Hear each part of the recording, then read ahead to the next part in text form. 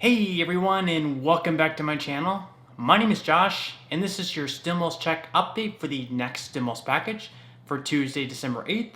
I hope everyone is off to a good and safe start to their Tuesday so far. In this video, I'll be discussing updates in regards to the next relief package and the second stimulus check. I'll also be discussing unemployment, where negotiations currently stand as far as the next relief package goes, and then I'll be wrapping up this video by answering some of the comments and questions that I received in my previous video.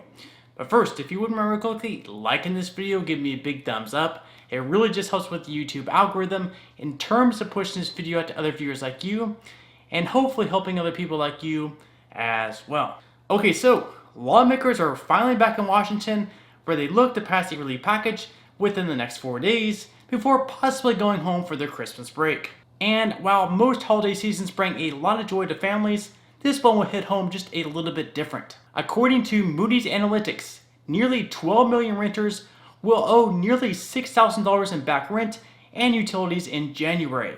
And if the eviction moratorium does not get extended past the end of this year, that average amount will be due all at once, or otherwise they will possibly be facing eviction.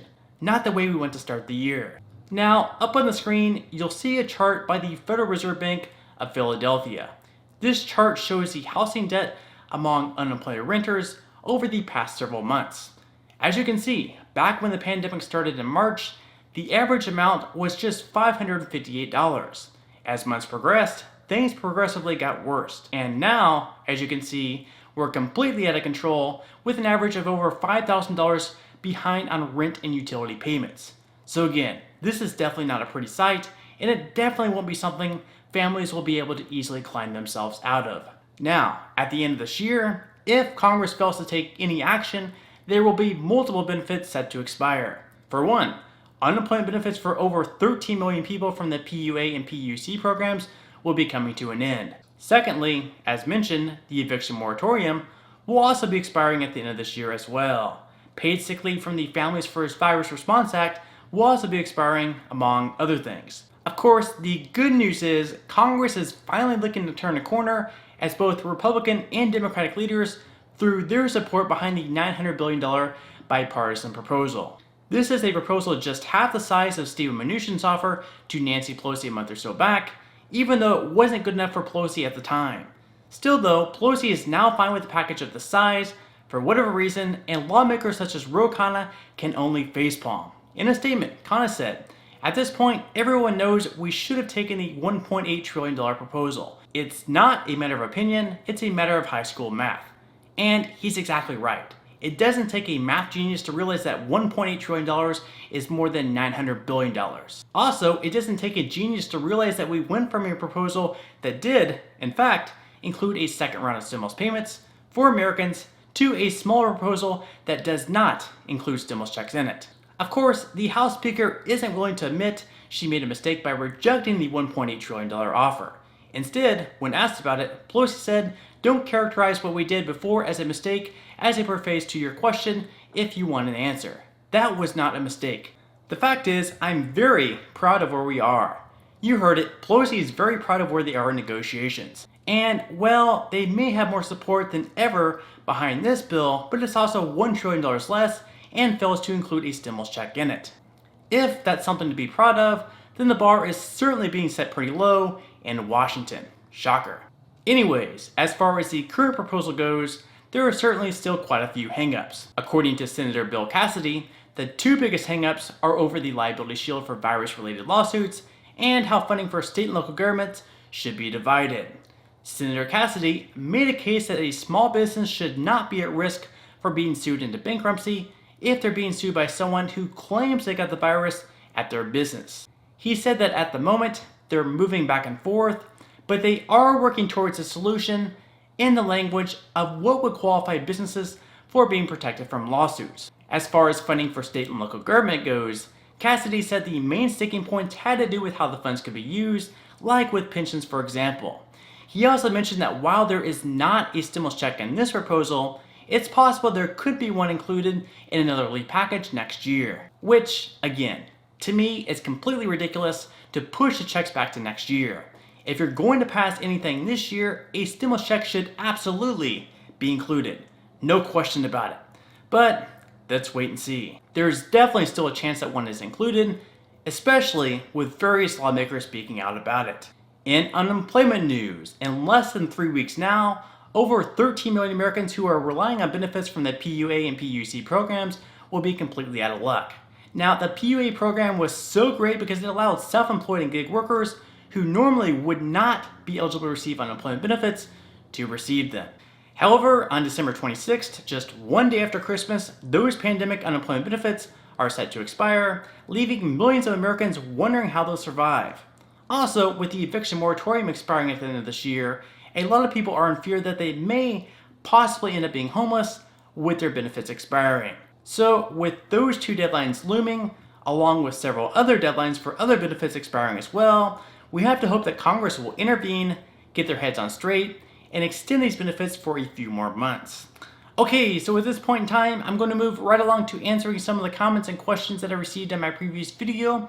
And if you do have any other comments or questions for me, please feel free to leave them in the comment section below. I do try to answer as many of the comments and questions as I possibly can, but for those comments and questions I'm not able to respond to, I do try to pick some of the more popular ones to answer in the next video in video form. Okay, so without further ado, let me go ahead and jump into the first comment of today's video, which is from Scott. Scott says, so if we owe child support, we won't receive the second check either?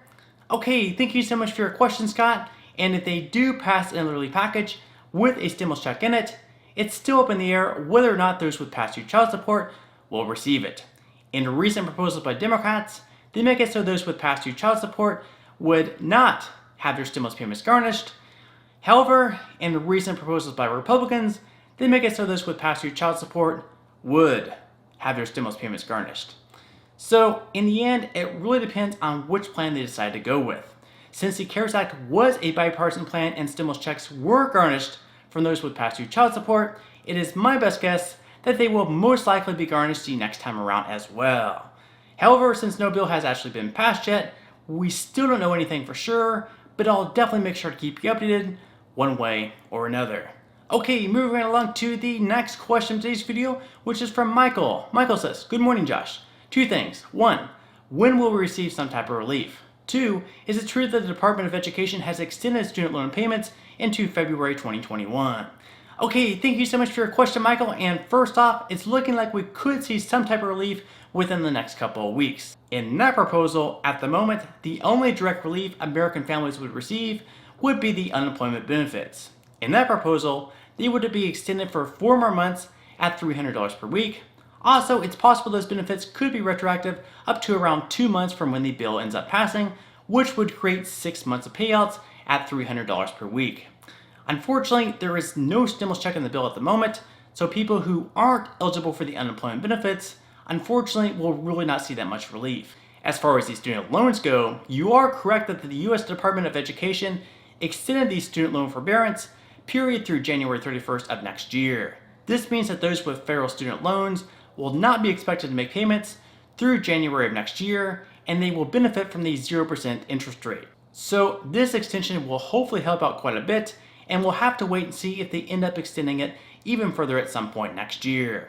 Okay, moving right along to the last question of today's video, which is from Deborah. Deborah says, is it true that the $1,200 payment is not in this package? Unfortunately, it's only to bail out big business. The American people don't matter to this government. They are keeping the money for themselves. Oh well, people voted for these people, so hopefully they will see the error of their wasted votes. Okay, thank you so much for your question, Deborah. And yes, unfortunately, the bill in its current proposal does not include a stimulus check in it. And you're exactly right. Even though we're set to be giving almost $200 billion in taxpayer money to state and local governments who have already received billions of dollars in aid, we're not going to be giving a single dime back directly to American families. But I mean, a lot of what's in this proposal I really like. For example, the extension of the unemployment benefits should help out a lot. Also, the Paycheck Protection Program should do a lot of good in keeping small businesses afloat if that money is targeted to those who really need the money. Additionally, it will also help those businesses keep employees hired on, preventing further layoffs. However, failing to include a stimulus check would just be complete nonsense. So let's hope they can use some common sense include a check on the bill, and just pass this thing. Let's wait and see. Alright, so on that note, I'm going to go ahead and wrap up this video. If you did enjoy the content in this video and you'd like to see more videos like it, please consider subscribing to my YouTube channel. It is completely free to do so and it's a great support to me. Also, if you'd like to receive 4 free stocks from Webull, with 2 of them valued all the way up to $1,600 each, please feel free to claim those free stocks by clicking the link in the description box below. And finally, if you join Rakuten with my referral link in the description box below and spend at least $20, Rakuten will give you $20 cash back. This means that you could buy an item through Rakuten with one of the referral links, such as Nike, for $20, which would be around $22 after tax, and Rakuten will give you $20 just for making that purchase. This is just an incredible deal that I would love for everyone to take advantage of. Okay, so until next time, I'll see you guys, and I hope you have a great day today.